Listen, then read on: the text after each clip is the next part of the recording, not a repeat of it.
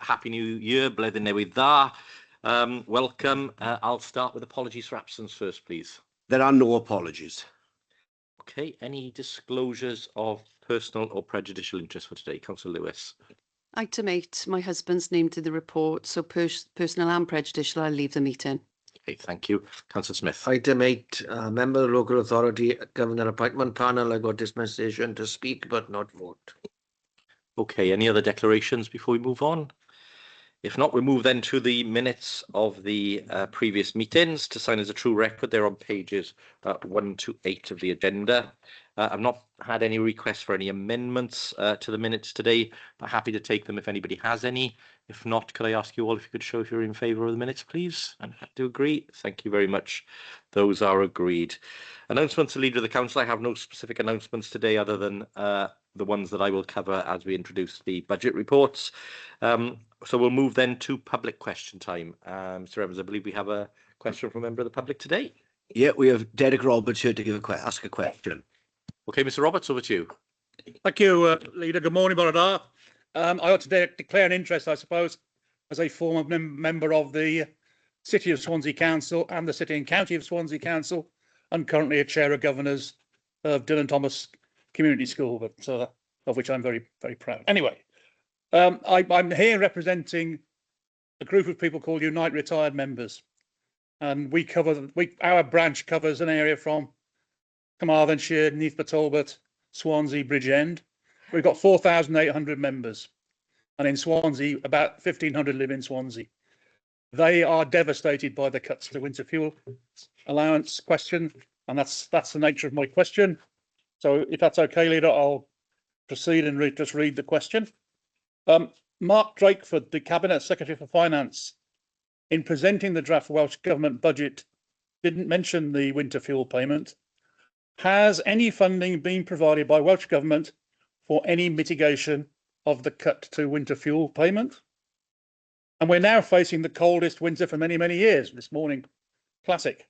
And many older people and people on low incomes are already facing the dilemma heat or eat, and some face a risk to health.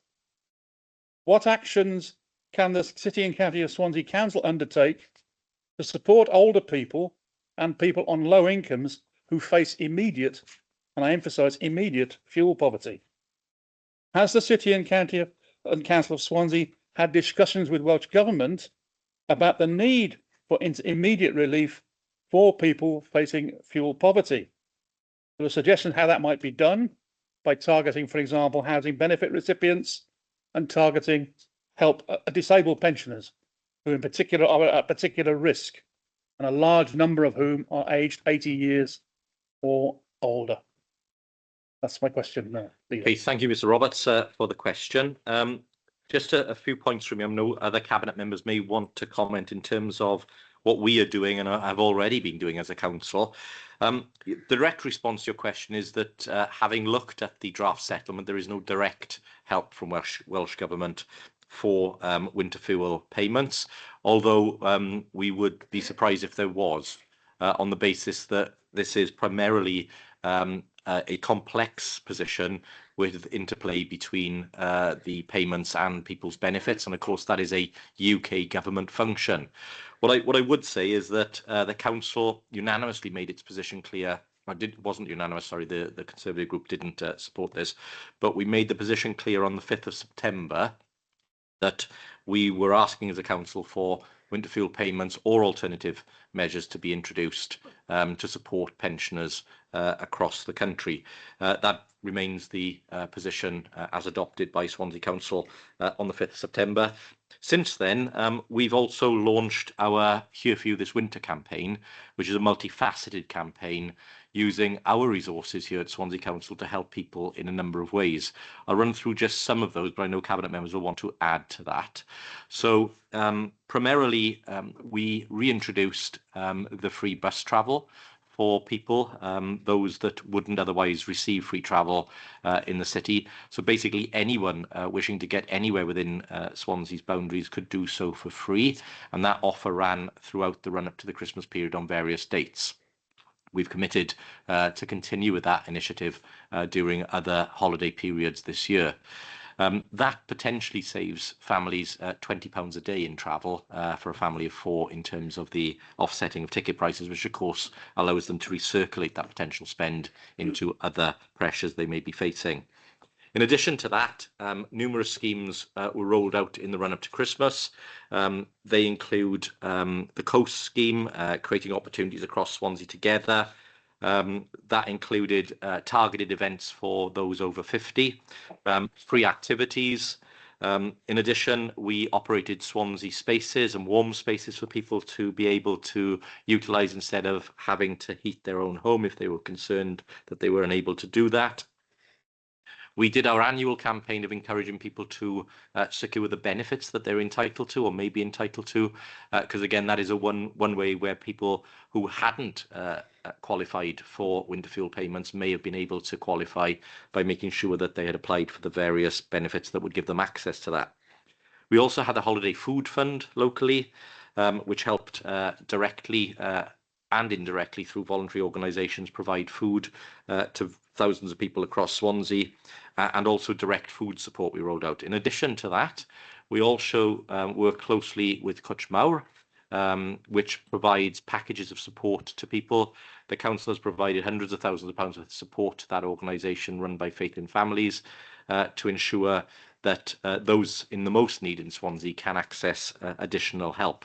I know in terms of housing, we've committed to extending our Always a Bed scheme, which we've run in previous years, again this year, where we do all we can working with voluntary sector organisations and others to make sure those people presenting as homeless are linked to a safe place to stay. That has become incredibly difficult this winter due to the rising pressures from cost of living, etc. So the pressures we know on homelessness across the UK are significant, but we are continuing to try and do all we can to make sure that people, if they present as homelessness, are found a safe place to stay and then found a permanent home in due course. In addition to that, we've also supported the Mr X campaign with logistics, as we do every year, and through our work with Cwtch Mawr and Amazon, free gifts to children who may otherwise go without gifts during the Christmas period. So it's a multifaceted approach from Swansea Council. Of course, we as a local government do not have the resources of either the devolved governments or the national government to help in a way that we would like, but we've done everything we possibly can locally to ensure that the people of Swansea are supported, and there has never been a comprehensive package of support to such a degree offered from local government to my knowledge, and I think we've done more than any other council to support people locally. We are looking as part of the budget papers before us today as to what we can do to continue to do that in the coming year. We haven't yet made the decision because we haven't got to the final point, but it is a political ambition to be able to continue with both summer and winter supports from a local perspective, subject to resources being available to do so. And again, we're not at the point where we're able to commit to that today, but that remains the ambition. So hopefully that, Mr Roberts, gives you a good flavour for what we're doing locally. We will, as you've mentioned, continue to make our position clear to both Welsh and UK governments in that those in need should continue to receive support. I do have sympathy with the principle of making sure that where resources are limited, they go to the most in need. But we do know that certainly from a pensioner perspective, there are a number of pensioners this year who would have required support. And again, we know that with the very cold temperatures that people are facing now, that further support may well come into play in due course as part of the emergency assistance scheme. So again, Mr Roberts, fully understand your question. Locally, we continue to do all we can to support people, but I know cabinet members want to come in. So we've got to Councillor Lewis first, then Councillor Smith, then Councillor Pugh. Councillor Anthony. Thank you, Leader. In addition to what the Leader has referenced this morning, I'm proud to say that as a council, we've also given financial support to the Environment Centre to create our switched on hub, which was based at on High Street, but this winter has actually gone on a roadshow and gone out to communities. The hub gives independent support and independent advice to people to enable them to switch companies to save money, but also to make small changes as well to save money on their energy bills. And in addition to that, which has been a really successful project, and we hope to continue with that, in addition to that, when we look at the new council home build programme, we could have easily adopted a strategy where we would have gone for the bare building regulations, but we chose to go above and beyond that in order to tackle fuel poverty and put solar panels, battery storage and ground source heat pumps on those new homes in order to directly impact on tenants and save money on their energy bills, but also to make it easier to heat those homes because they're far more energy efficient. And we're also doing that in terms of our retrofit programme across our existing council homes as well. Thank you, Councillor Lewis. Councillor Smith. Yeah, just want to declare an interest. I'm a member of Unite, although not a member of the retired members branch. Thank you, Councillor Smith. Councillor Anthony. Yeah, and I'm the same member of Unite, but not quite in the retired yet. But yeah, not quite. Sorry. The leader had covered a lot of what I was going to say, but we have for a number of years run campaigns on pension credit. Up until recently, we have had poor uptake from it, not through lack of trying, but people have been very nervous of interfering with their benefits and trying. But we have seen an increase now because everybody has been has realised the importance of it, because it opens the doors to other benefits, and that's where welfare rights, along with CAB and everybody, have been really sort of pushing that. We've had there's been a pilot study going on in Port Talbot looking at how revs and bends can work together, because the systems will identify we're entitled to benefits, but legally we can't share that information. So they've been doing a pilot study for, I'm sent to say, for 9 months, Spence. It's quite a lengthy period, isn't it? And we are looking now to see if we can carry that on here as well, because that would be more accurate in which, rather than people having to come to us to ask for something, you know. The leader touched on the warm spaces. There's a call gone out to everybody now to try and register where the warm spaces are, so ComsU can promote it better. Do you mean? Because then there's, through the grants that have come out for Christmas, you know, these spaces are free. There's usually food or drinks provided. You know, so we were fortunate last year and this year to have winter grants, and I know just in the ward I cover alone, we've given out 200 heated throws, so that they're only 3 pence an hour to run, compared to your heating being on, because we know that lots of older people are not putting the heating on, you know. So and we've had people in tears. People have been so great. They say that they're absolute lifesavers, the throws, you know. And I know that through grants, our employability hubs had warm blankets and flasks and all the things to try and, wherever we were in hubs and places, to be able to give these out. That he does touched on Cuchmawr, so we can get warm blankets, warm coats, you know, things that we need there for people. I think 1,000 vouchers went out, and that was independent. That was separate from what council has done in their own wards, but went out for food poverty over the Christmas period. £75 if it was a family, £50 if it was a couple, say, or single person. And many wards then top them up with food, turkey crowns, parcels and everything. So we are really trying to, and lots of our staff, certainly in the social services sphere and housing, have been educated from welfare rights, you know, so that they can cover those basic sort of thing, to know that something's not right, and everything, and give that initial advice, and then with guidance from welfare rights can help with the form filling and things like that. So it's not perfect, but we certainly try. Yeah, thank you, Councillor Anthony. Councillor Gilliam. Yeah, thank you, Leader. I know both the Leader and Councillor Anthony have just touched on a lot. Just to add, Swansea Spaces, there's over 80 organisations right across Swansea, you know, that are popping up in all communities. To warm space, but much more than that as well. There's a social opportunity with it as well, and they can link people in with services that can really support individuals, families and so on. But also our Aging Well team as well. They run a programme of activities Monday through to Friday. They're absolutely incredible point of contact for people, and they'll also link people up with different organisations. They'll be able to identify services that can support people right across Swansea, and they've built a community, I suppose, within a community, and built friendships and social connections, and been a real support to each other as well. So I'd encourage people to link in with the Aging Well team as well. Thank you, Councillor William. I think those are the contributions from the rest of the Cabinet. Hopefully that was helpful in terms of an overview, Mr Roberts, in terms of what we're doing locally, and a reassurance that we have already raised and will continue to raise the issue with both governments. Thank you, Leader. And yeah, it confirmed what we knew.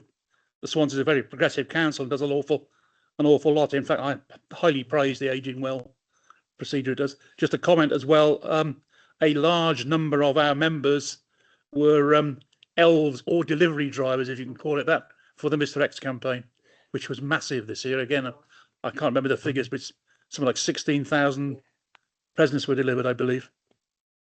Yeah, absolutely.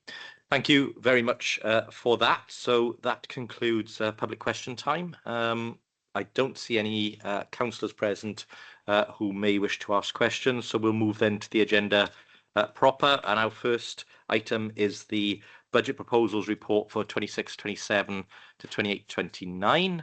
And as per usual, I will call on Mr Smith first of all, just to give his further technical overview of the paper before I introduce it formally from the Cabinet perspective. So, Mr Smith. Thank you, Leader. As you say, normal order of business, bonus paper in front of you today.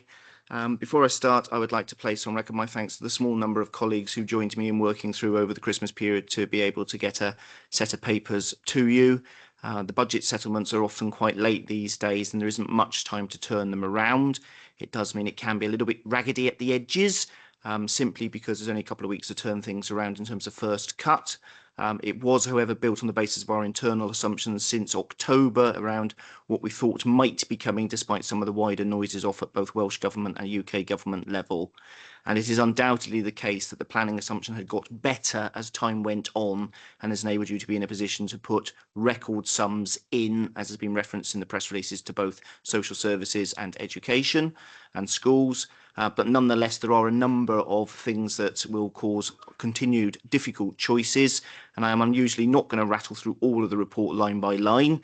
Even in my attempt at a canter through, I'm just going to make some general points up front, and then I'll invite you if there are any specific questions for me. The reason for that is this is an unusual year. I always say it's an unusual year, don't I? Sometimes I say it's a fuzzy felt year, but this is an unusual year for other reasons, and there's quite a lot going on the UK stage at the moment. But before I start there, the single biggest risk I have is to remind you that regrettably you've had the first and second quarter monitoring reports, the second quarter only recently, and you will be receiving in February the third quarter budget monitoring report at exactly the same time as you'll be finalising your recommendations to council. And it is at that point that you will need to weigh what the position is looking like in terms of the current year and those structural pressures, particularly in social care and place around homelessness.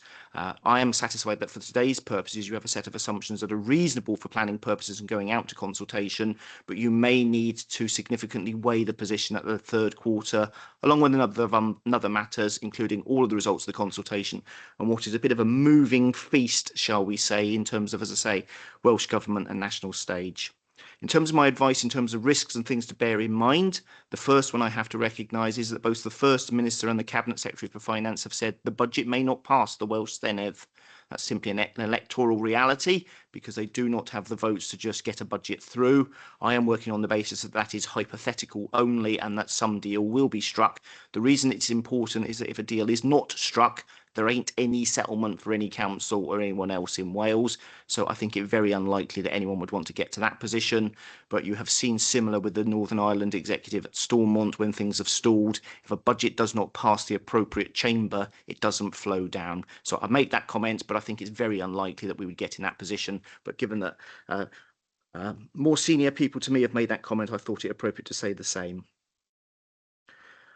One of the assumptions in terms of going forward is around what degree there will be growth in the UK economy and the ability for protected and unprotected departments at a UK level flowing down to Welsh Government to get additional support. I had factored in a 0% headline increase, but very substantial, tens of millions of pounds worth of technical transfers, and those have come to pass.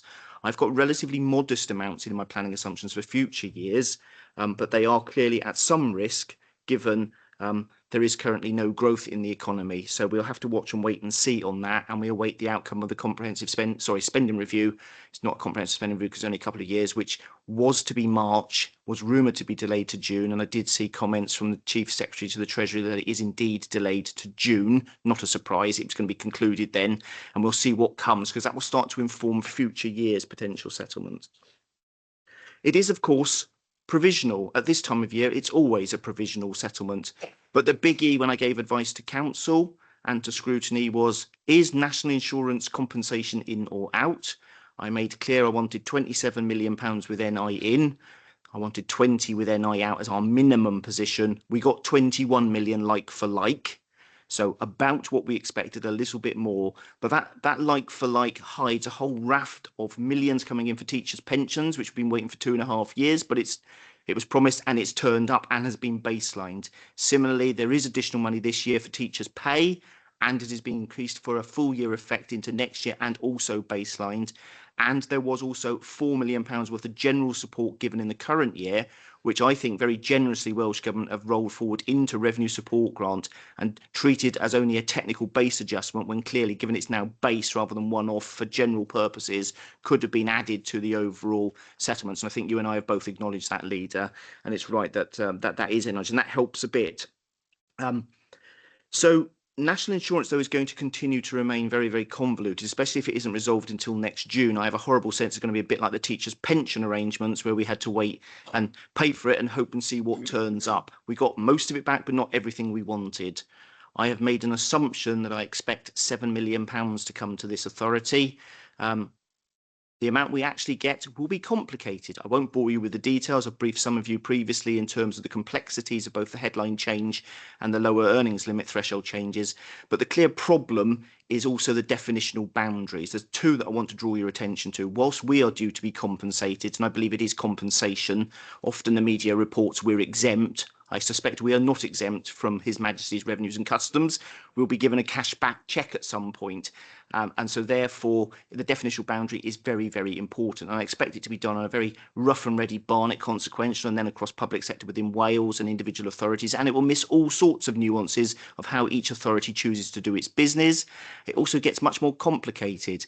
Many of the bodies that we interact with and have not yet set their budgets also need compensation, but they don't have any revenue support grants. So it may come as a surprise to you that the levying bodies for the Port Health Authority, the Corporate Joint Committee and the Fire Authority can only be compensated by billing us first in advance. So I'll be looking for compensation for them coming to us. Similarly, although it's a precept, community councils are minor precepting authorities, and they will also have to be washed through our budget requirement.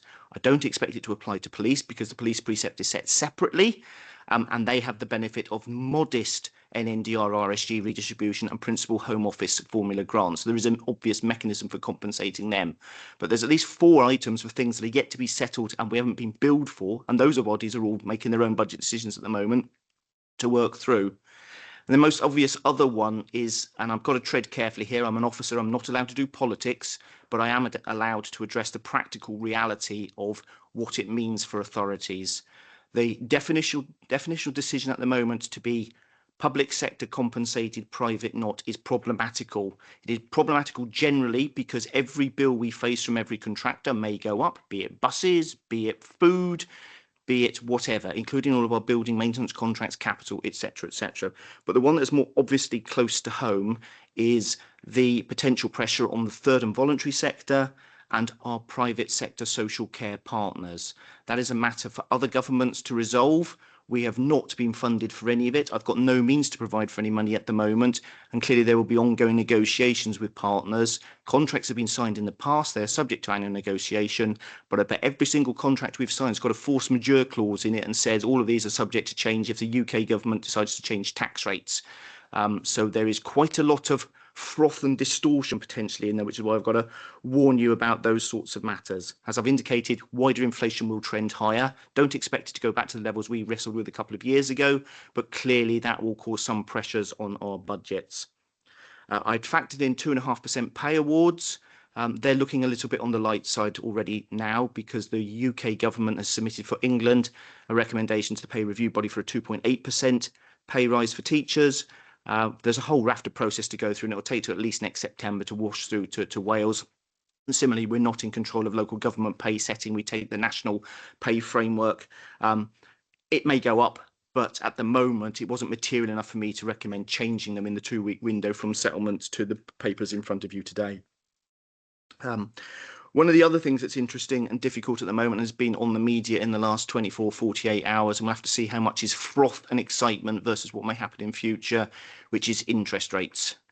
We have a clear strategy set out in council, unanimously adopted year after year, which is I borrowed all the money we thought we needed years ago at very, very low rates. I bore you every time reminding you it's 1.something% borrowed for 50 years. Got lucky. We are now sitting on our hands, and I do not want to borrow any money at today's prevailing rates, including the £50 million you've agreed to defer borrowing until potentially 2028 and relying on use of the capital equalisation reserve in the meantime. But just for shock and awe purposes, if I had to go out and borrow today anything between 30 and 50-year money, it would be 6.3% plus the capital repayment on top. You can't afford it. No public body can afford it. You're in the fortunate position that my advice to you is you continue to sit it out for as long as you can. But sometimes wheezes and schemes are created which are for the best of intentions and sometimes may require you to be forced to consider borrowing, even if it's not necessarily the right thing to do at the right time individually. So I'm continuing to make noises in appropriate places for any flexibility, whilst welcomed, should also give maximum flexibility for anyone who's got a relatively large cash pile because they borrowed the first lump of money, improving additionality on the budget papers, which there clearly is. So although that's a long list of risks and more than usual, I am at this stage satisfied that the assumptions that have been laid out are reasonable. And I remind you, and in due course when we have the later discussions on the papers, yes, there will be a focus on £14 million coming out, and yes, £4 million coming out of schools, but the focus needs to be on the 60-odd million going the other way and the net £50 million add. That is not a small sum to be sniffed at. It is bigger than last year's, and it means, as you've already quoted, Leader, in the press, record sums for some of our biggest services. However, final comment from me, it would be remiss of me not to say what every other leader and every other treasurer is saying. Thanks very much, doing the Oliver Twist routine. Very much appreciated. Our share of a couple of £100 million. Doesn't address any of the structural overspends we've all got in the whole of local government in the UK. And it's half or a third of what we really, really like. And we have been quite well behaved, please. So please, could we have some more? And I'm sure between us, we will continue to make that case, as will 21 other treasurers and leaders in their own various inimitable styles. So apologies for the long ramble intro, but I think that's probably the easiest way for you to get a grip of the additional risks. But I'm satisfied at this stage. You will clearly have to weigh all of those, plus the public consultation when it comes back. Thank you, Leader. Thank you very much for that technical overview, Mr. Smith. Yeah, absolutely understand all of the risks that you've laid out for us there. Many of them, or most of them, outside of our control. So it's a watching game and a game of making sure that we prepare for how we would respond to those risks should they come to pass. Obviously, second and third quarter, we will wait to see what the third quarter report says, and I know the recovery plans are in place for us to make strides in the right direction on both of those. Just then to formally introduce the report and the recommendations that you have there for the 4 main recommendations, just to capture, as you say, it's a remarkably different budget to the one we were planning for just a few months ago. Because again, it is important to always reflect back on where we've come from in recent times. The previous UK Conservative government had set a set of assumptions that were being used as planning assumptions by Welsh Government, the devolved governments and local government, which would have seen a decrease and a real terms cut in terms of what we were likely to get for all of our services.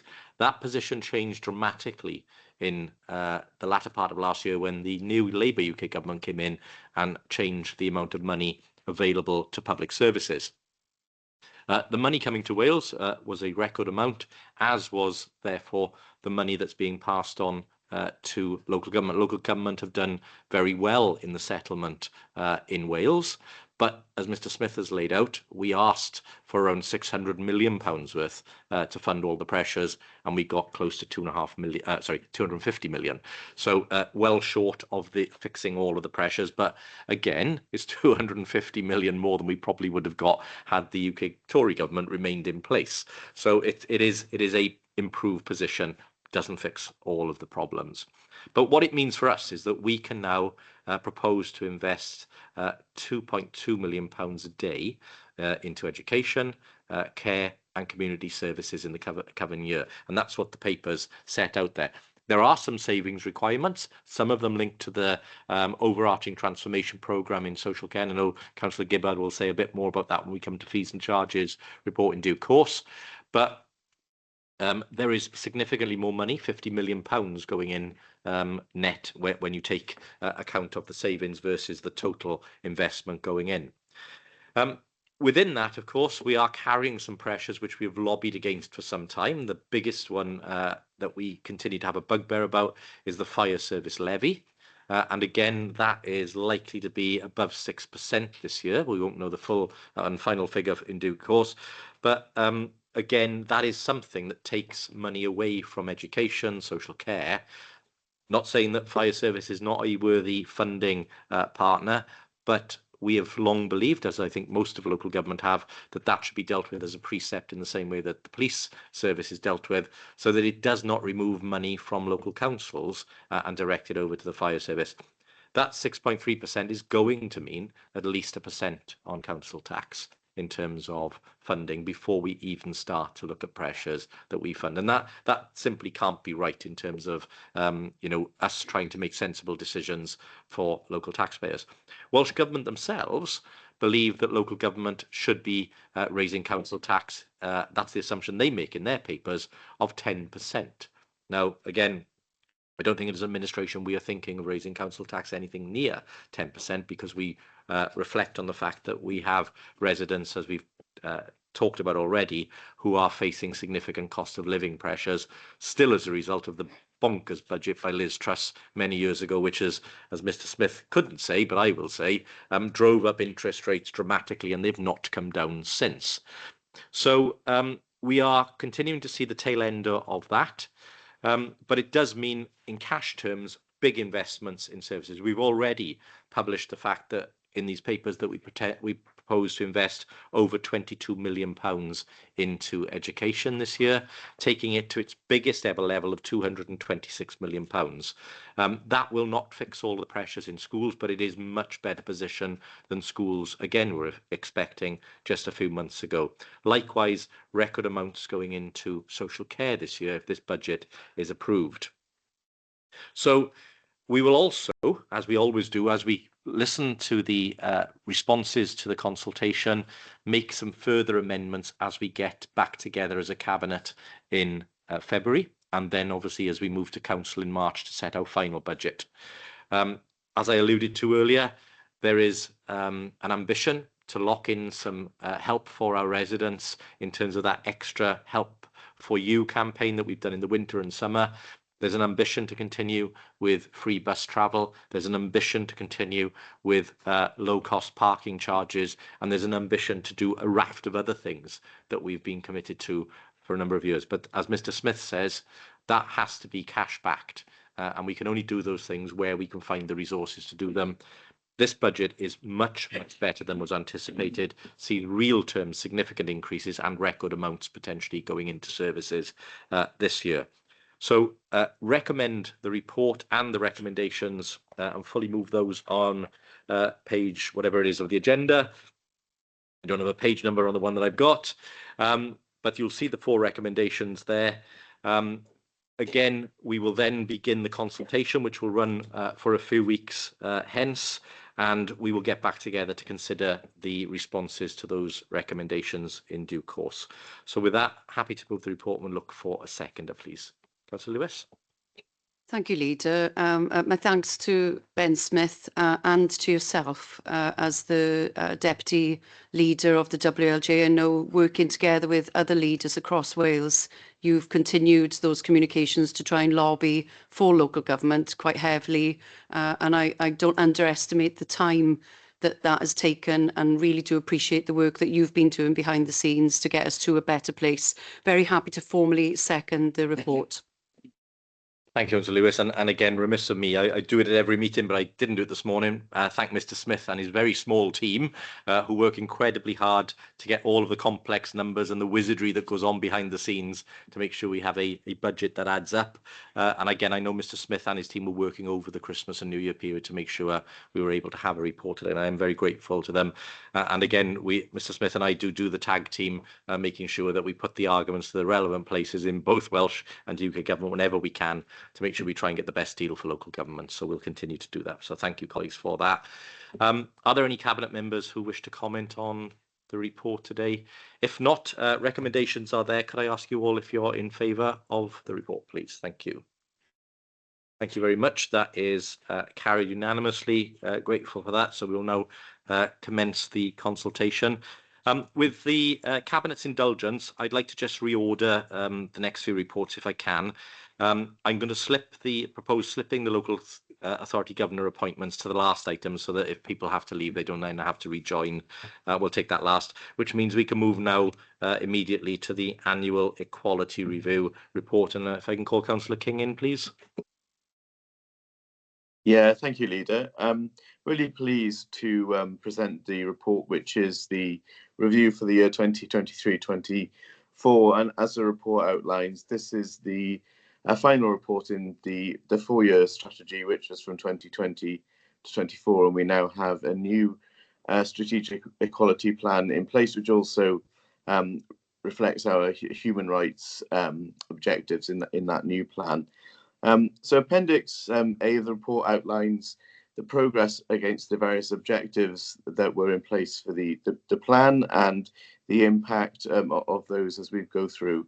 And you also have in Appendix B an outline of employment training that's taken place within the local authority, but also some data relating to employment. I think one of the things I really wanted to reflect on is that we have had an increase in the number of employees who have self-disclose their protected characteristics, and I think this is a really good thing, and we will continue to work hard to improve that system. And I think the Oracle system will allow employees to provide that data at opportunities other than enrolment into employment.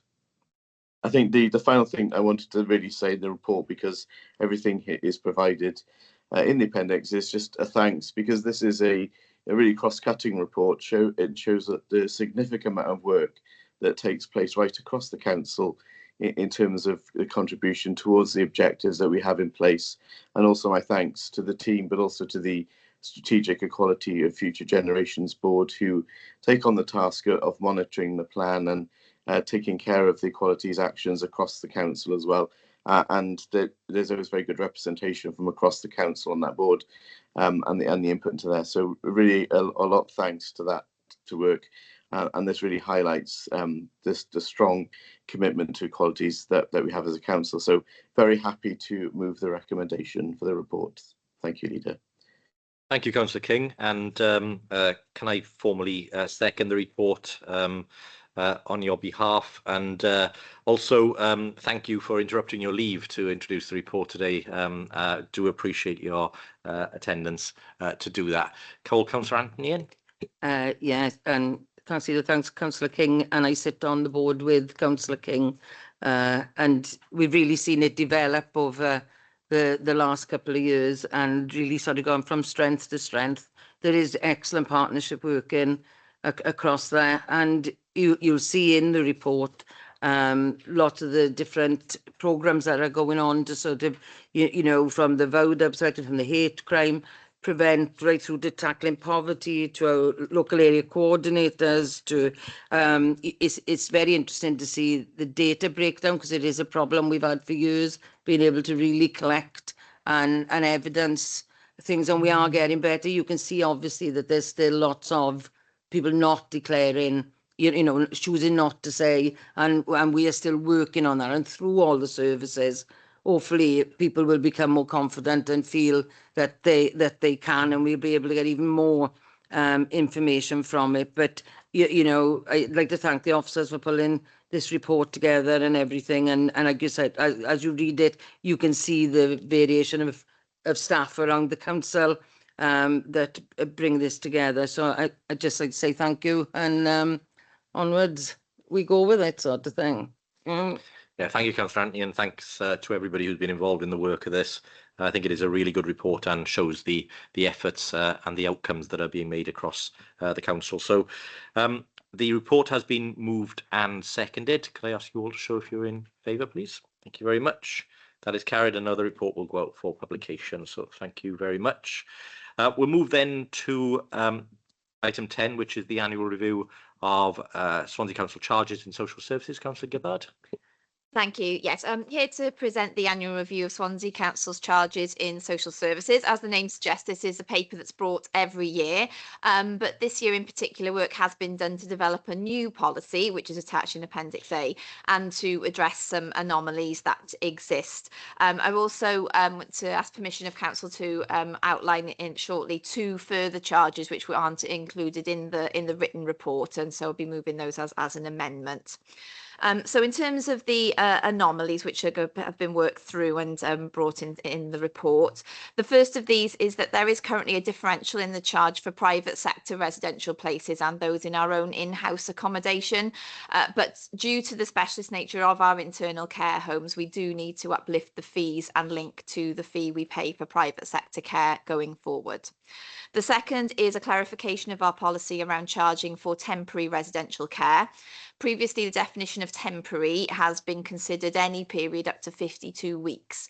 But in the future, our non-residential charges will apply for up to 6 weeks. And should the placement continue, it's proposed that the standard rates would apply after this. Similarly, in relation to our step-up beds, we've previously not charged for initial 2-week assessment period, but it is proposed that we have to remove this free period and the non-residential rate will apply from the date of admission. And also in reablement care, the first 6 weeks will be provided with no charge as currently, but should a length of stay exceed 6 weeks, then standard charges would apply.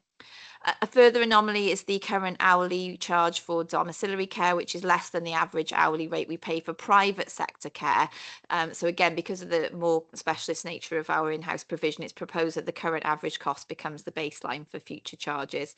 And then finally, with regard to client property and finances, the most charges levied in this area are set by the Ministry of Justice, but the exception to this is our pre-deputy support fees, which reimburse the council for an element of our costs prior to the receipt of a court order. And currently this fee is charged at £5 per week, and it's proposed to increase this to 10. Other non-social charges that are applied across the directorate have also been reviewed, and an inflationary increase proposed to ensure full cost recovery. A full list of all proposed changes, apart from 2 I'm about to mention, can be found in Appendix B. So apart from the, as part of the public consultation, we would like to include 2 new charges for consideration, and I apologise again for these not appearing in the papers, but officers have been working through the proposals and the timings made it difficult to put into the written report. So the 2 new charges are firstly a one-off charge for the installation of community alarms equipment, which will be £46. We did discuss this at Cabinet last year, but it wasn't included in then consultation, so hasn't proceeded. But just to reiterate what was said last year, this would not impact any existing clients or any clients who have the community alarm as part of their assessed need, so as part of their care and support plan. It will only be for clients who choose to have one. The second new charge is the introduction of an interest and administrative charge to cover council costs incurred by deferred payments. A deferred payment agreement, DPA, is a legal contract that allows a homeowner to use the value of their home to pay for care in a residential or nursing care home. The agreement involves the council paying part of the homeowner's care home fees until they sell their home, and the proceeds of the sale are then used to reimburse the council for the cost of that care. There is a threshold of £50,000 capital, and if the value drops below that, then the charge would stop. The homeowner would still be required to pay their assessed contribution from their income during the period of the deferred payment. The council is permitted by the Care and Support Deferred Payment Wales Regulations 2015 to charge interest interest on amounts deferred based on the weighted average interest rate on conventional gilts plus 0.15%. Other councils apply this charge in line with the regulations, such as Cardiff, Flintshire, Vale of Glamorgan, Caerphilly, Torfaen, Newport and Blaenau Gwent. This would only apply to new clients from 25-26 onwards, and this ranges between 25 to 30 people a year, and would have minimal impact to client finances. Currently, by not having this interest facility in place, this is adding a cost to the council in terms of legal fees, for example, and it's diverting funds that could be spent on social care to meet this cost. All funds raised from the interest would be fully reinvested in providing care.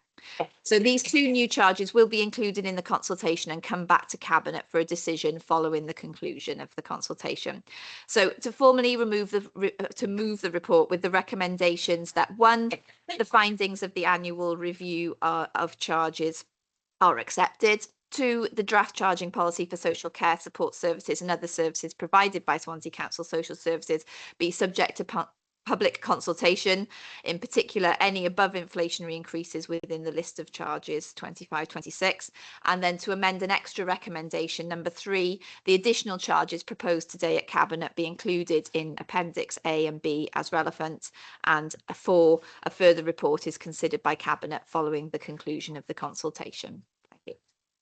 Thank you, Councillor Gibbard, and happy to support second the report and also support the amendments. I was grateful for the briefing from yourselves and officers yesterday on both items, and again apologies to Cabinet that they weren't ready to be debated sooner. As Councillor Gibbard has said, the first one on community charges is something we did discuss last year, but just hasn't been implemented, and therefore is now forming part of this year's report. The second one is something that has been implemented by a number of other councils across Wales. It is one where it diverts existing resources potentially away and is a cost to the care service. And again, this would see that offset by levelling an interest charge which covers that deferred payment period. So again, it is sensible to do it given the pressures that we know existing in social care at the moment and the deficits that exist, to make sure that money is raised and therefore reinvested into the care service. So again, my recommendation would be to Cabinet to support those reports and the amendments that Councillor Gibbard has made. So open that up. Any questions or comments from Cabinet, please? If not, are we all happy to agree the recommendations as amended? Thank you very much. That is carried. Thank you, colleagues. And therefore, we'll return now to item 8, which is the local authority governor appoints. So just hold for a sec for Councillor Lewis to leave.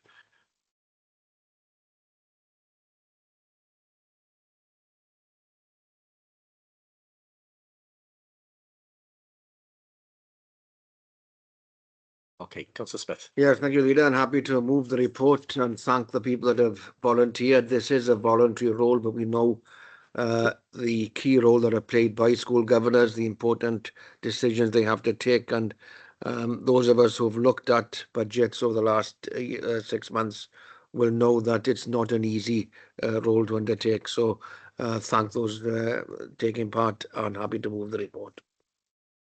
Thank you very much, Councillor Smith. Very happy to second, and likewise would echo your thanks to all involved and for those that are participating in our school governorships. So with that, open it up. Any questions or comments for Councillor Smith? If not, could I ask you all to show if you're in favour of the report, please? Thank you very much. That is carried. That brings us to the end of the agenda today. Thank you all for your attendance. Again, Happy New Year, blwyddyn newydd dda. I look forward to working with all of you in the coming weeks. Thank you all very much.